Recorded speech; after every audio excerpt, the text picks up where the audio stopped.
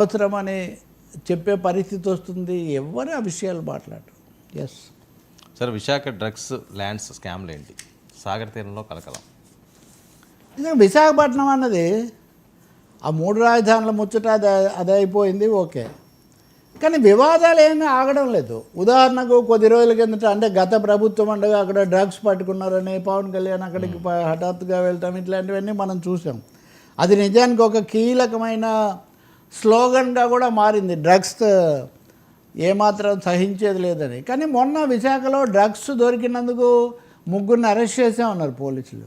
ఆ తర్వాత 2 అన్నారు. 3 ఎందుకు అయ్యారనే ప్రశ్న ఒకటి ఉంటే వాళ్ళలో ఒక డాక్టర్, ఇంకొకటి ఎవరో ఇలాంటివన్నీ చేసేటటువంటి పెడ్లర్, లక్షల రూపాయల విలువైన వాళ్ళ వెనక ఇంకా ఎంత చైన్ ఉంది, వాళ్ళు ఎవరెవరికి సంబంధం ఉన్నారు అంటే.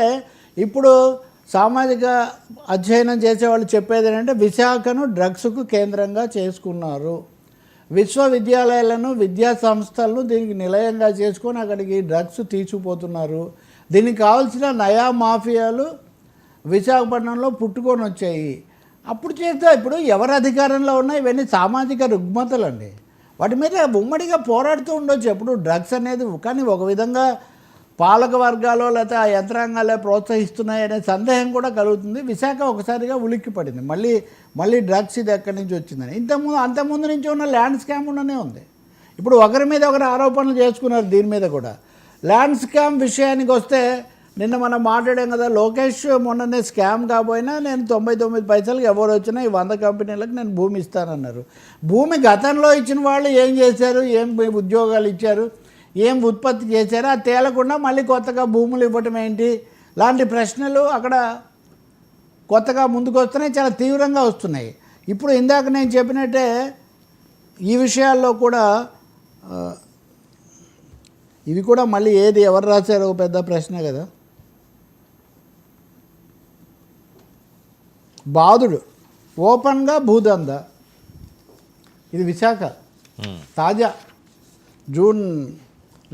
జూలై 7 వార్త. ఇది ఓపెన్గా భూదంద. ఐ థింక్ ఇది ఆంధ్రజ్యోతి. విశాఖలో పార్కులు ఓపెన్ స్పేసులు గుట్టు చప్పుడు కాకుండా ప్రైవేట్ వ్యక్తులకు ధారాదత్తం చేస్తున్నారు. అప్పుడు మధురవాడ, ఇప్పుడు ఇది అని చాలాసార్లు చెప్పుకుంటే 2014-19 మధ్య జరిగిన భూ కుంభకోణాల మీద వేసిన సిట్టు, వాళ్ళు వేసిన సిట్టు, వీళ్ళు వేసిన సిట్టు, ఏమైపోయాయి సిట్లన్నీ ఫట్, భూమి ఏమో మిస్సింగ్. సో గద్దలు వచ్చాయి, ఓపెన్గా భూదందా జరుగుతుందని చెప్పినా కానీ వీటికి ఎక్కడి నుంచి జవాబులు రావట్లేదు. కొత్తగా మెట్రోలకు ఎలా భూమి ఇవ్వాలి, ఇంకొకరికి ఎలా భూమి ఇవ్వాలి అనే ఈ వేట మటుకు చాలా ఎక్కువగా సాగుతుంది. మీరు ఇంకోటి కూడా చూస్తారు, అసలు ఈ విశాఖ సీక్రెట్ ఏంటి తెలీదు.